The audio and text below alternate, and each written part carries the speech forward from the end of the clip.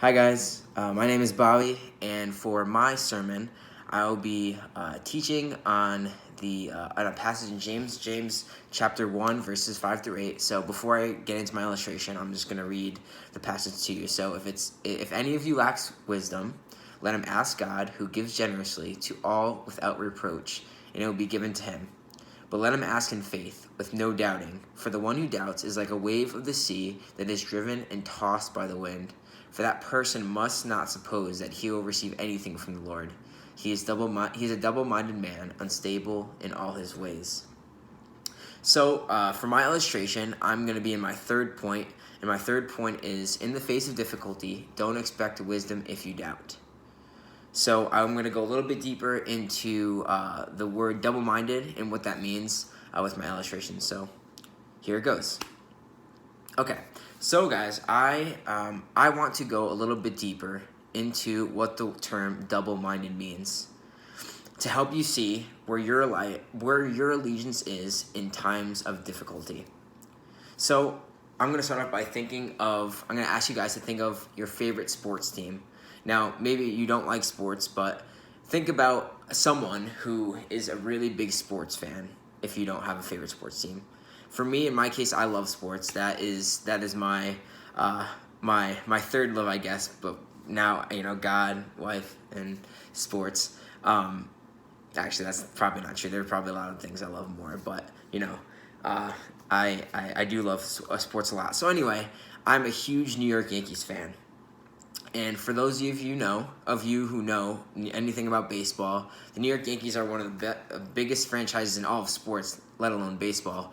And they are in New York. So their biggest rival are the Boston Red Sox. I'm from Connecticut originally, so there are people that are fans of the Red Sox, but also people that are fans of the Yankees. But there is never, ever a person that can be a fan of both the Red Sox and the Yankees.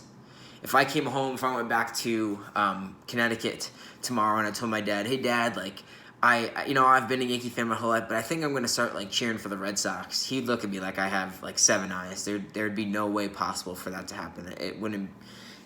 I would be looked at as a traitor. And I think this really ties into the word double-minded. So if you say that you trust God and you seek wisdom from Him, but look to other things or other people or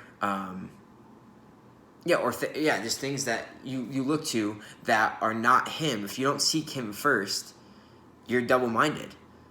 Your allegiance isn't to God. It's to either the thoughts, the anxious thoughts, the worry and the fear and your anxiety, or you look to people or things to fill the void while you're in trouble. If we were to say that we seek God for wisdom, which the passage tells us to do,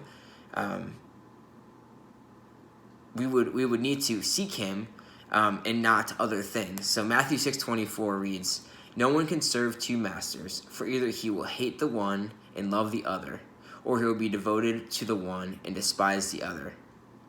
You can't serve two masters. You can't seek God and seek other things. It's either one or the other, and that's what double-minded means. Your allegiance needs to be only to the Lord and to nothing else.